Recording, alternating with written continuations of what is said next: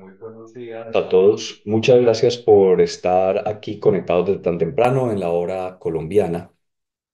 Muchas gracias a los doctores que se encuentran en Europa y que nos van a estar acompañando el día de hoy.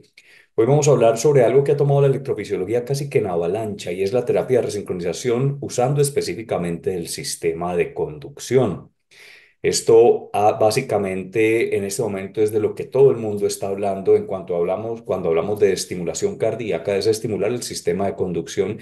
Y vamos a tener un grupo de personas que tienen una amplia experiencia en esto que nos va a estar hablando sobre el recorrido que han hecho para llegar a este punto en el cual se hace la terapia y nos van a estar dando unos tips and trips muy importantes sobre cómo hacer esto. Pero vamos a empezar con la parte básica. Y la parte básica es saber a quién debemos resincronizar. Y en esta parte tan básica, pero que a veces olvidamos, la doctora Alejandra Gallegos, que es cardióloga, que es especialista en falla cardíaca y que es actualmente la presidenta del capítulo de cardiólogos jóvenes de la Sociedad Colombiana de Cardiología y que desarrolla su labor en el Centro Cardiovascular Sommer Incare en Río Negro, Antioquia, nos va a estar hablando sobre cuándo y en quiénes debo considerar la terapia de resincronización. Doy un agradecimiento a todos nuestros invitados, a todos nuestros panelistas, al doctor Sanón, al doctor Morilla, al doctor Ulises Rogel, a Luis Miguel y Oriana que nos están acompañando y un agradecimiento a todas las personas que se están conectando de toda América Latina. Sin más preámbulos, Alejandra, bienvenida y muchas gracias. Doctor, muchas gracias por la invitación. Un orgullo estar acá con ustedes. Bueno, declaro, ay, no me está pasando, ya, declaro que no tengo ningún conflicto de interés para esta conferencia, simplemente se realiza con fines académicos. Como mensaje principal que lo iremos desarrollando en toda la charla es que no todos los pacientes con insuficiencia cardíaca son candidatos a esta terapia y que la selección precisa es la clave del beneficio que vamos a ver en estos pacientes. Desde que el doctor Mower empezó los estudios, digamos, en la década de los 90, donde se empezó a reconocer la desincronía eléctrica, el bloqueo de rama izquierda y el QRS ancho, que eran los propiciadores como del empeoramiento de la falla cardíaca y que se empezaron a dar los primeros casos en estimulación biventricular, hasta, digamos, todos los estudios que competen, digamos, este tipo de terapia, sobre todo más o menos hacia el 2013 y el 2016 que se da un metaanálisis donde obviamente la respuesta iba a ser mayor en los pacientes que tenían un QRS mayor de 150 milisegundos y adicionalmente cuando teníamos un bloqueo de rama izquierdo típico. Casi pasó una década para que se consolidara esta terapia y digamos que llegaran nuevas alternativas de estimulación, hasta que las guías, digamos, lo recomiendan una clase uno en los pacientes candidatos y seleccionados, como vamos a ver más adelante, hasta ahora que hemos llegado a nuevos dispositivos y nuevas formas de estimulación más fisiológica, adaptándolo como a un sistema más normal de contracción y estimulación. La conducción anormal de por sí del impulso eléctrico pues va a conducir también a una contracción anormal y esto básicamente, digamos, las causas se veían cuando estimulábamos a nivel ventricular y también pues el bloqueo de rama izquierda, porque el bloqueo de rama izquierda básicamente es el resultado de una degeneración lenta en la conducción debido a enfermedades crónicas que afectan al miocardio, pero también no olvidemos que también se puede dar de forma aguda como lo es un infarto de miocardio y adicionalmente como una miocarditis. ¿Y qué es lo que realmente pasa? Si lo vemos acá, este sería pues una conducción normal y este sería un ventrículo izquierdo normal, pero cuando tenemos un bloqueo de rama izquierda, pues digamos que el ventrículo va haciendo una hipertrofia excéntrica y asimétrica y lo que en el paso del tiempo nos va a deteriorar la función ventricular.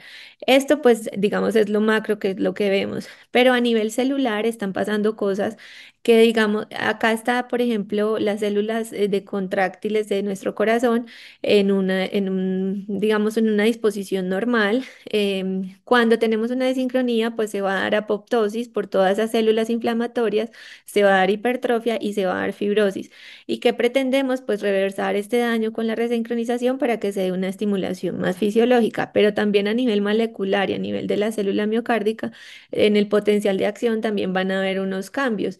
Y si lo vemos en macro, pues esa disincronía nos va a llevar a una descoordinación en la contracción, a una disfunción sistólica y diastólica, lo que va a llevar a una dilatación ventricular. Esto secundariamente va a producir valvulopatías de tipo funcional, nos va a dar una remodelación, obviamente, del corazón, se va a activar todo ese bloqueo neuromoral y pues alteraciones en la contractilidad que lo que van a hacer es que disminuyamos la eficiencia del trabajo miocárdico, que disminuyamos la reserva coronaria, adicionalmente haya isquemia por hibernación y perpetuemos la cadena en cuanto a la remodelación contráctil. ¿Cuáles son esas consecuencias de la disincronía que es importante que tengamos en cuenta? Entonces, pues los dividí en tres grupos que básicamente son las hemodinámicas, y es que estamos disminuyendo el volumen sistólico, estamos aumentando las presiones de llenado y por ende vamos a disminuir la perfusión periférica. Las estructurales, pues va a haber ese remodelado adverso, más insuficiencia mitral funcional porque la válvula se va a cerrar más tardíamente por esa demora en la conducción y asimétrica de las valvas. Clínicamente podemos ver un paciente con aumento de la fatiga, la disnea, intolerancia al ejercicio. Obviamente se va a hospitalizar más por causa de falla cardíaca y va a aumentar el riesgo de muerte súbita y la progresión de esta.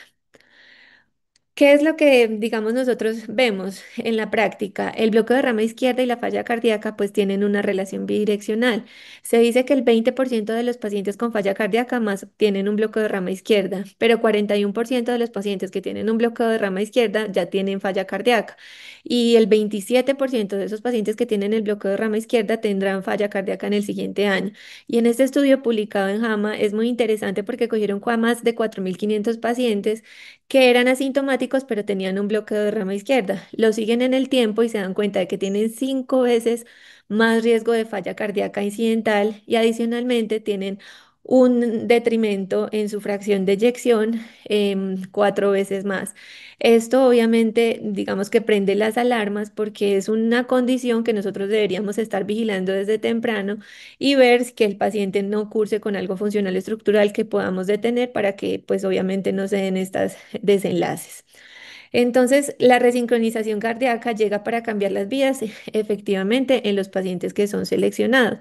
Esto pues obviamente ya está demostrado, nos reduce la mortalidad, nos reduce las hospitalizaciones y hay una mejoría de la clase funcional. Y esos desenlaces con o sin resincronización están muy evaluados por los estudios, principalmente el CARE-HF, el Companion y el metaanálisis que se hizo en el 2006, donde digamos que si vemos los hazard radio de cada estudio, nos dan el beneficio de la terapia en desenlaces como mortalidad, hospitalización por falla cardíaca o muerte por causa cardiovascular. Y es que la selección del paciente debe ser muy cuidadosa y acá hice la analogía como con un semáforo, porque digamos que la verde es una indicación clara de que nosotros tenemos que tener en mente los pacientes para este tipo de terapia y son aquellos pacientes que tienen una función ventricular menor del 35%, un QRS más de 150 milisegundos, que tengan la morfología típica del bloqueo de rama izquierda, que estén en una clase funcional NIHA 2, 4, ambulatoria, pues no hospitalizada, porque recordemos que si la hablamos de forma hospitalizada, pues siempre hay una declinación funcional en estos pacientes cuando se hospitalizan, y que esté en ritmo sinusal. ¿Cuándo lo deberíamos considerar en amarillo? Pues cuando tenga un QRS entre 130 y 149. Recordemos que muchos de estos pacientes solamente mejoraban la clase funcional, pero pues están unas indicaciones también la fibrilación auricular persistente y más cuando pues se le pueda, digamos, ablacionar el GIS para, digamos, a control de la respuesta ventricular. Cuando tengan un bloqueo de rama derecha, un QRS no típico, pues siempre y cuando cumpla con otros criterios y definitivamente en quienes no se debería considerar en rojo porque no está indicado que nosotros tengamos un QRS menor de 120 o que tengamos una expectativa de vida limitada que no sea mayor a un año, o las comorbilidades severas que puede tener unos desenlaces por esas comorbilidades que no sean precisamente por causa cardiovascular. ¿Cuál es el momento ideal? Entonces, el momento ideal de un paciente es que si nosotros estamos diagnosticando una falla cardíaca, primero lo que debemos hacer es identificar la causa y mirar si esa causa tiene tratamiento. Y lo otro es que el tratamiento médico va primero. Entonces, acá están los cinco fantásticos: el ARNI, el beta bloqueador, el antagonista de los receptores de mineralocorticoides, los inhibidores del SGLT2 y el quinto fantástico que no nos puede faltar en ninguno de los pacientes, que es nuestra rehabilitación cardíaca. Secundariamente, yo debo estar reevaluando la FEBI y el QRS después del tratamiento, pues, pero también debo pensar en esos pacientes que de pronto también se benefician de un implante de un desfibrilador, porque secundariamente debo estar evaluando periódicamente el riesgo de arritmia de estos pacientes o muerte súbita. También pues se considera que uno debería esperar de 3 a 6 meses tras el diagnóstico de la falla cardíaca antes de decidir este tipo de terapias, salvo a que pues obviamente el paciente ya esté en manejo médico óptimo o tenga un alto riesgo de muerte, ¿cierto? El mensaje clave de esto es que la terapia de resincronización nunca va a reemplazar la terapia médica óptima, sino que lo va a complementar y que deben ir de la mano juntos cuando se considere, porque digamos que no va a cambiar los desenlaces, sino también no avanzamos como en todo el bloqueo neuromoral que necesitamos en falla cardíaca. Entonces, ¿qué nos dicen las guías? Este es un resumen después de todas las guías. Cuando nosotros tenemos un paciente en ritmo sinusal, pero el paciente está sintomático en su falla cardíaca a pesar de la terapia médica óptima y la función ventricular es menor del 35% y yo tengo el patrón de bloqueo de rama izquierda, pues digamos que no hay duda de que yo tengo una indicación clase 1 nivel A para yo, digamos, implantar ese tipo de dispositivos. Lo mismo que si yo tengo, por ejemplo, una fibrilación auricular, pero el paciente obviamente es candidato a ablación del nodo y tiene una función ventricular menor del 40, con cualquier QRS yo tengo, pues, digamos, indicada la terapia también como una recomendación 1B. Y de pronto si el paciente tiene, pues obviamente necesidad de estimulación porque ya tenga un bloqueo, porque tenga otra condición, si por ejemplo yo lo identifico de no y tengo cualquier clase funcional, pero la fracción de eyección está menor de 40, tengo cualquier QR, pues ensayamiento del QRS y hay indicación pues de estimulación, pues yo también tendría la terapia como una indicación clase 1. Esto no es algo tangente, digamos que las guías están para seguir unos patrones estándar, pero de ahí la importancia del Jardim, porque digamos que al ser una terapia de alto costo, nos convierte a todos responsables de que debamos hacer esa selección adecuada. Y digamos que hay muchos pacientes que se saldrán de estas guías, pero lo ideal es hacerlo de forma consensuada tanto con el cardiólogo clínico como el electrofisiólogo. Entonces, si lo evaluamos, hay una respuesta clínica, sí, solo el 70% de los pacientes responde si cumplen criterios, hay otras estrategias para esos 30% no respondedores, pero pues digamos que el QRS estrecho y sin bloqueo y con bloqueo de rama, sin bloqueo de rama, perdón, van a tener un beneficio nulo. Entonces ahí está el éxito que va a depender de la selección adecuada. A nivel fisiopatológico, si yo, pues digamos que la resincronización va a corregir esa disincronía mecánica que hay entre el estímulo pues eléctrico de los dos ventrículos y por ende la contracción. Es decir, que si no hay disincronía, pues yo no tengo ese motivo para resincronizar. Los riesgos del procedimiento, entonces, pues no es un procedimiento inocuo. Recordemos que pueden presentarse infecciones, trombosendocarditis, desplazamiento de los electrodos, pero pues digamos que también tenemos esa condición de que hay que hacer recambios de batería y seguimiento a largo plazo de estos pacientes, que los riesgos reales, obviamente, solo van a valer la pena si se valora el beneficio y se logra el beneficio en estos pacientes. Y también tenemos que tener, pues, los costos en cuenta los costos económicos, porque es una terapia costosa, es una inversión inútil en los pacientes que no van a responder, sin duda, por los criterios de selección anteriormente mencionados. Y en candidatos adecuados, pues es una terapia altamente costo efectiva porque es muy comparable con todo lo que se ahorra en el gasto. Adicionalmente, hacemos un uso eficiente pues de los recursos, pues va a terminar una durabilidad más estable de este tipo de terapia. Y si lo vemos a nivel de costo, efectividad de la terapia, digamos que si tenemos un paciente seleccionado adecuadamente por la respuesta clínica, que tenga el bloqueo de rama y que tenga un QRS más de 150, pues va a haber mayor efectividad y mayor razón por la costo efectividad. Si yo tengo de pronto la necesidad de añadir esa protección arrítmica, pues obviamente se sube el costo, pero también va a tener la ventaja de que estoy previniendo la muerte.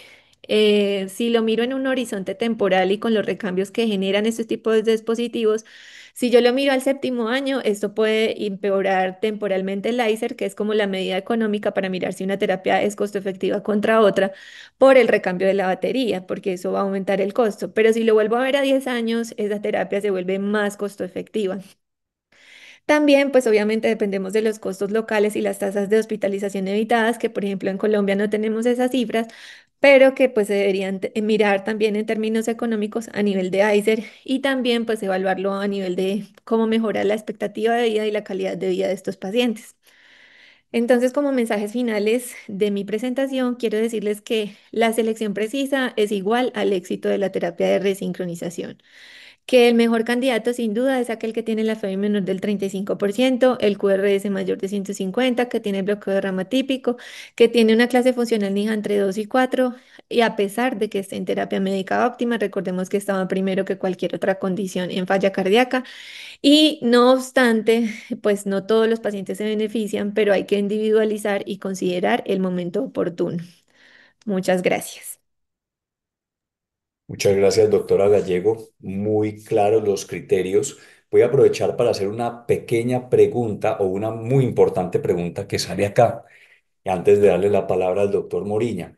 Y es, ¿qué hacer con esos pacientes o qué impacto puede tener la resincronización a aquellos pacientes que tienen hipotensión y que no toleran los medicamentos? Porque estábamos hablando de que darles terapia médica óptima a las dosis máximas toleradas, que sería lo indicado. Pero entonces la pregunta es, ¿qué pasa si de entrada no podemos darle mucho tratamiento médico? ¿Podríamos considerar la terapia de resincronización y qué impacto podría tener esto sobre la presión arterial? Yo creería que mucho y pues digamos que eso ya está estudiado porque no todos los pacientes se benefician de tener los medicamentos en sus dosis máximas. Incluso hay pacientes que ya de por sí son muy hipotensos y que tienen una función de eyección muy reducida y que secundariamente yo con el manejo médico les voy a producir una hipotensión que va a resultar en disfunción renal o que le voy a perpetuar muchas o complicaciones, ¿cierto? Entonces, digamos, la terapia de resincronización nos ayuda un poco, digamos que siempre y cuando yo logre demostrar que ese paciente no se logra titular los medicamentos, que de pronto ya está progresando en su enfermedad renal, digamos que nos ayuda a titular sobre todo en mayor parte los betabloqueadores y también mejoran, digamos, a nivel de sincronizar, mejorar la contracción, pues va a permitir que este corazón tenga una mejor fuerza para poder que se permitan más adelante, incluso con la terapia, los medicamentos. Y hay una pregunta que quisiera hacerle, ya que tenemos al doctor Sanon, al doctor Moriña, que son expertos, al doctor Ulises Rogel y a vos que sos especialista en falla, y es, siempre hemos dicho que la terapia de resincronización tiene que esperar al menos de 3 a 6 meses de tratamiento médico óptimo, pero la pregunta que nos hacen es muy interesante porque nos dicen la disincronía inducida por el bloqueo de rama izquierda no va a mejorar con el tratamiento farmacológico, ¿cierto? Entonces la pregunta es, ¿por qué no considerarlo antes? ¿Por qué no empezar desde antes con esta terapia? Bueno, yo creo que sí contesto yo primera, porque digamos que como al ser una terapia de alto costo, esto implica, digamos que pues en países que no sean, pues digamos que no tengan una cobertura universal, sea más cuidadosa la selección de la terapia y adicionalmente el beneficio de los medicamentos es que no solamente estoy tratando la disincronía, sino que estoy atacando todo ese bloqueo neuromoral, hormonal, de parte inmunológica, de inflamación que yo estoy corrigiendo con los medicamentos. Incluso algunos medicamentos como los ARNI reducen volúmenes ventriculares, entonces en el seguimiento en el tiempo. Entonces yo no puedo, digamos, considerar una cosa antes que la otra, siempre y cuando obviamente estoy mirando la parte fisiológica, pero es que es un contexto total. Bueno, si puedo, puedo. Por favor, doctor. Sí, sí, muchas gracias, muchísimas gracias por invitarme. Bueno, yo lo que creo es que depende siempre, cuando estamos hablando de guías, es lo que está establecido por los randomized trial. Y como no hay randomized trial, o lo que hay, dicen esperarse 3, 6 meses, esto tenemos que tener. Está clarísimo, hay un trabajo muy bueno en el JAC de hace 4 o 5 años, en lo cual ponen el diferente pacientes con fracaso cardíaco, con heart failure, y se tienen QRS estrecho, QRS intraventricular o bloqueo de la rama izquierda. Bueno, lo pone en la terapia y esto. Los demás van mejorando. En la rama izquierda, mucho menos. Por lo cual, al final, en la discusión terminal del papel, se dice, hay que empezarlo antes. Y esto, pero como no tenemos estudio randomizado, ahora no podemos decir la palabra final. Esto es. ¿Puedo o vamos mal de tiempo? El doctor Moriña, sí, ¿no? Vamos, Venga, les voy te a comento. presentar a todos los que están acá, a los que se Venga, acaban de yo estoy conectar. también de acuerdo con Francesco. Quizás soy un poco más atrevido en ese aspecto y yo creo que hay que distinguir dos grupos de pacientes. El grupo de pacientes con verdadero bloqueo de rama izquierda, que no tienen ninguna afectación del músculo cardíaco y que eso hoy lo distinguimos bastante bien con la resonancia, del grupo de pacientes con trastornos de la conducción difuso, que de esto hablaré un poco yo en mi presentación, en los cuales tienen una imagen de, entre comillas, pseudo bloqueo de rama izquierda. En el primer grupo de pacientes parece claro, y hay estudios recientes, como el que ha dicho Francesco y algún otro que ha salido recientemente, que ya demuestran que el trastorno fisiopatológico es precisamente la asincronía. Con lo cual, si nosotros corregimos esa asincronía, pues vamos a corregir todo el trastorno neurohormonal secundario que lleva incluido esa sincronía y vamos a normalizar la fracción de eyección del paciente. Nosotros somos, digamos, un poco más atrevidos en ese aspecto y realmente iniciamos la terapia de resincronización pues de una manera mucho más... En este grupo de pacientes en el cual nos demostramos afectación del músculo cardíaco y evidentemente con nuestra técnica de estimulación fisiológica, pues mucho más barato, porque solamente necesitamos un cable para realizarlo. ¿El doctor Ulises quiere decir algo? Sí, sí, sí. Yo creo y estoy de acuerdo con el doctor Son. El tema es tiempo. No hay estudios que nos avalen iniciar la resincronización con estimulación desde un inicio. Pero yo creo que es tiempo. Esto está cambiando y la rama izquierda de la estimulación fisiológica está evolucionando muy rápido y seguramente en los próximos años esa indicación, esperarnos unos meses, va a cambiar mucho. Yo creo que se tendría que iniciar tanto la terapia farmacológica como la terapia con estimulación de manera simultánea, pero eso seguramente cambiará en los próximos años. Este es el beneficio de tener tantos expertos que la discusión se vuelve extremadamente interesante y el No, doctor...